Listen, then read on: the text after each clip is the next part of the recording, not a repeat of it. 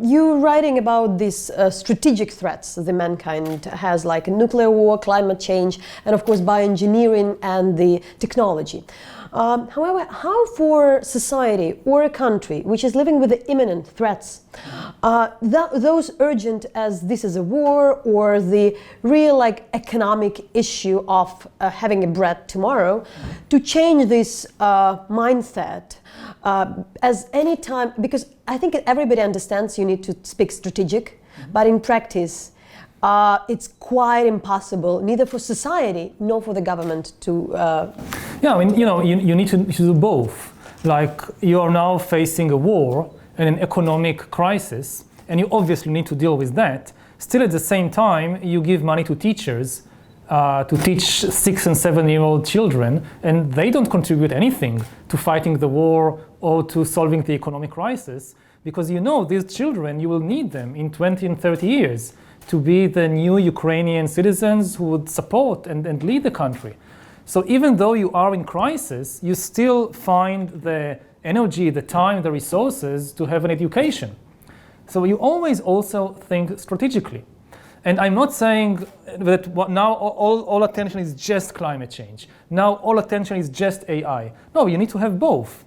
And again, with education, it's very, very clear that, yes, you give money to teachers to teach 6-year-old children today, but in order to teach them the right thing, you need to think what kind of world they will inhabit in 20 or 30 years. There is no point investing so much in education, teaching skills that will be irrelevant in 30 years.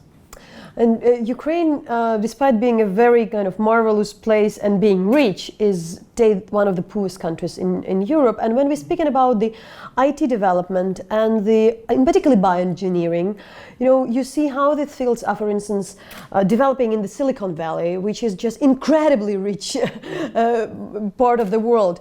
Do you think that the countries like ours really, how they can pursue not to get into this gap that you would, because now if you go to the Silicon Valley, it feels like your country is 100 years away, and that it just, from the point of view of the capital and the economy, just impossible to catch up.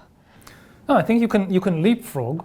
The main thing is really the human capital, because you don't need a lot of expensive infrastructure.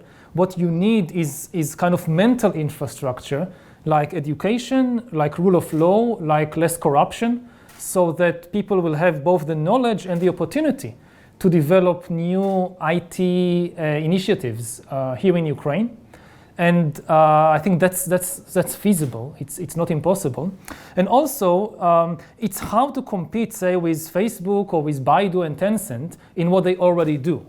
You can't create the Ukrainian Facebook, but you can explore niches that are currently underdeveloped by Silicon Valley or by China. One example that I often give is that currently in both US and China, they focus on developing AI that monitors individuals in the service of corporations and governments. And there is a huge vacuum in the field of opposite tools that monitor governments and corporations in the service of individuals. Instead of developing an AI that follows me and tells something about me to Facebook or to the government, develop something that fights, say, government corruption by monitoring the officials and the government employees and protects me from surveillance. If you can develop something like that, it's not only very helpful for Ukraine, you'll have a huge market all over the world for such technology. Also, if to go to the politics, the part of the recent book is mentioning the referendums, and in particular that the people are voting how they feel. It's all about how they feel, not what they think. But it feels like, especially with the recent elections, not just referendums, that the whole politics is about how you feel, not about what do you think. And you think that we should accept that it's about the feeling, but how we, find this line where it's about thinking and a feeling, and rethinking the politics, because it's not just about referendums any longer, it looks like. Yeah, I mean, I think it's dangerous. I mean, human feelings are extremely important, but especially when it comes to making responsible decisions in politics, we shouldn't become the slaves of our own feelings or of the first things that comes to our mind. There is now this type of politician in the world, the authentic politician. Like they say, all these politicians, they always, they hide what they really think, and they just say what their advisors are telling them to say. I want a politician who really says what he or she thinks. And this is actually wrong. When I look at myself, and I observe what's happening in my mind, and I look at how thoughts pop up in my mind, I don't want to go and just tell you the first things that comes up in my mind. Very often, the first things that comes up in my mind is some very angry thought, some very hateful thought, and people should have, like kind of a barrier between that and what they speak and how they behave.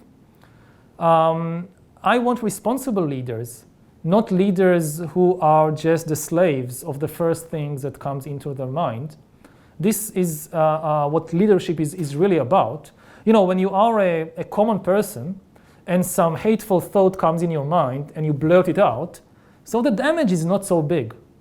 But if you're a politician and everybody has their own emotional issues and their own angers and hatreds, and if you're a leader and millions of people listen to you and you have no control over what you say, you just say the first thing that comes to your mind and you say something hateful, you're really planting seeds of hatred in the minds of millions of people, and this will create a lot more hatred and violence.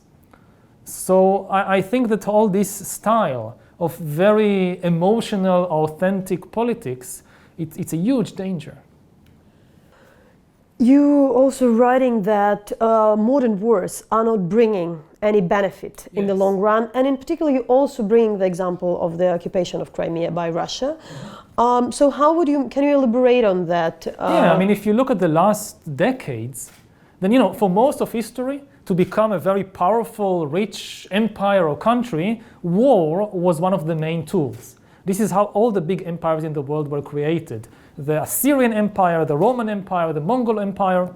But since 1945, basically, war is no longer, forget about the ethics for a moment. Just think in terms of efficiency and prosperity. Wars are bad business. You look one country after the other, you think about the great economic miracles of Germany and Japan. Germany and Japan became economic superpowers after they lost the war and became completely peaceful. They didn't fight any war. You compare Russia and China over the last 30 years, China is peaceful.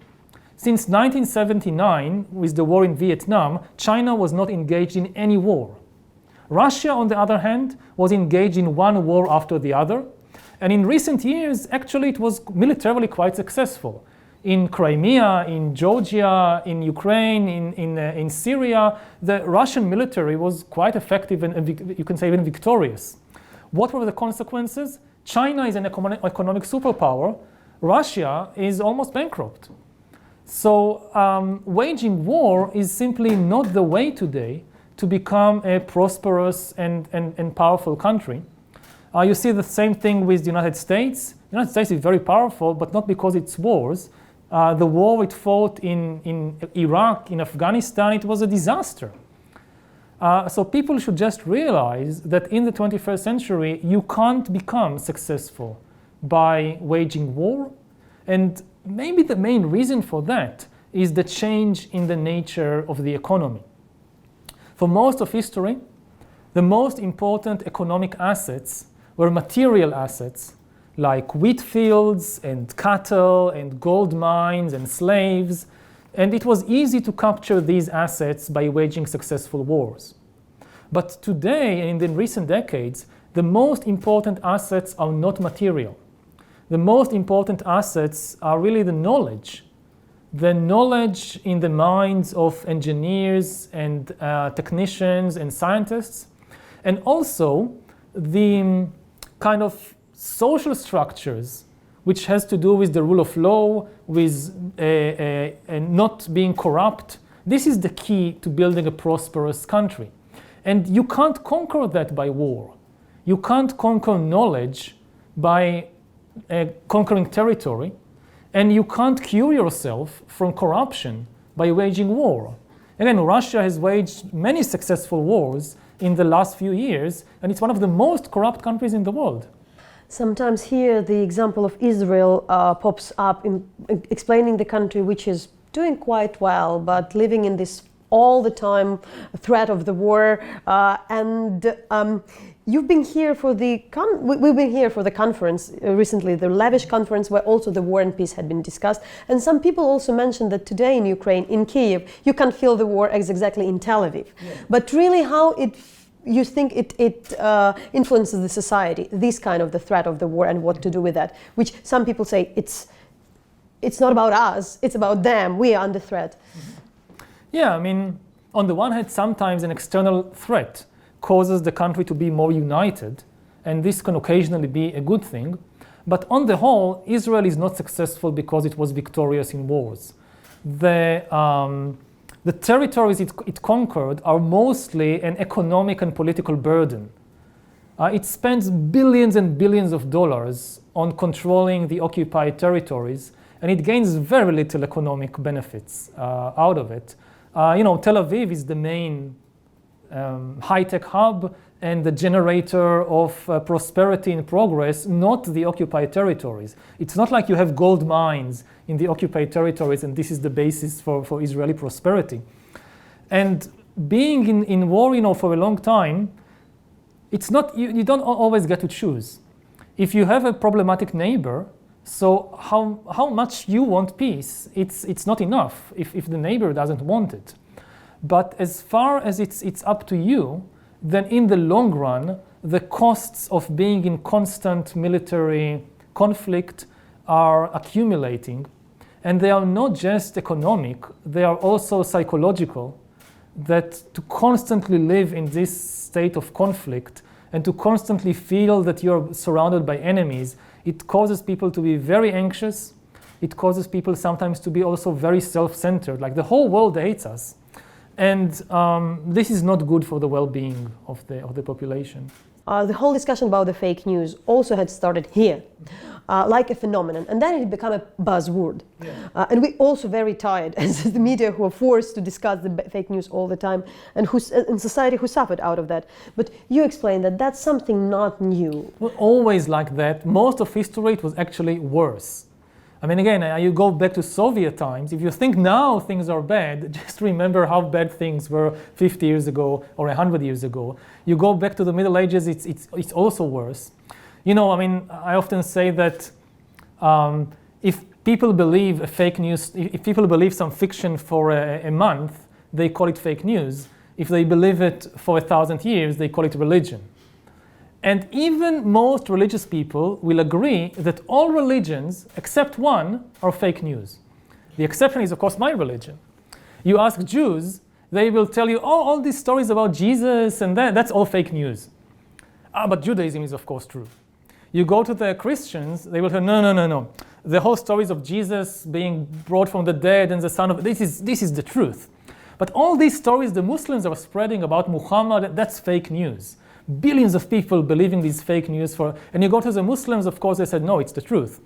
But people have been believing fictional stories for thousands of years, and this has been often the basis of society.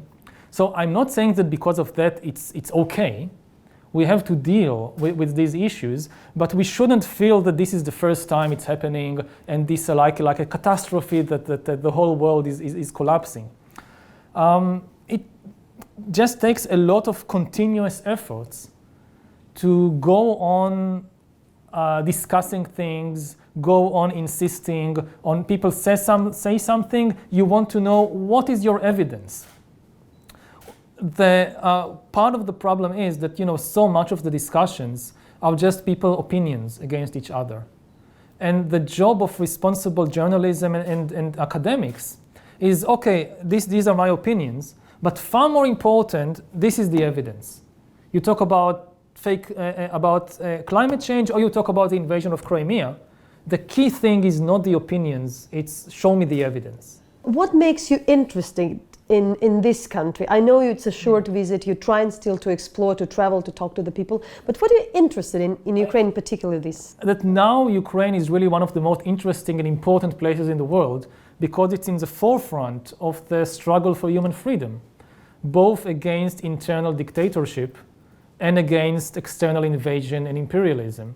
And I think that what happens here and what will happen here in the coming years will have immense implications, certainly for Europe and even for other places around the world. So it was very important for me to come and experience firsthand and talk with people and gain a better understanding of what's happening.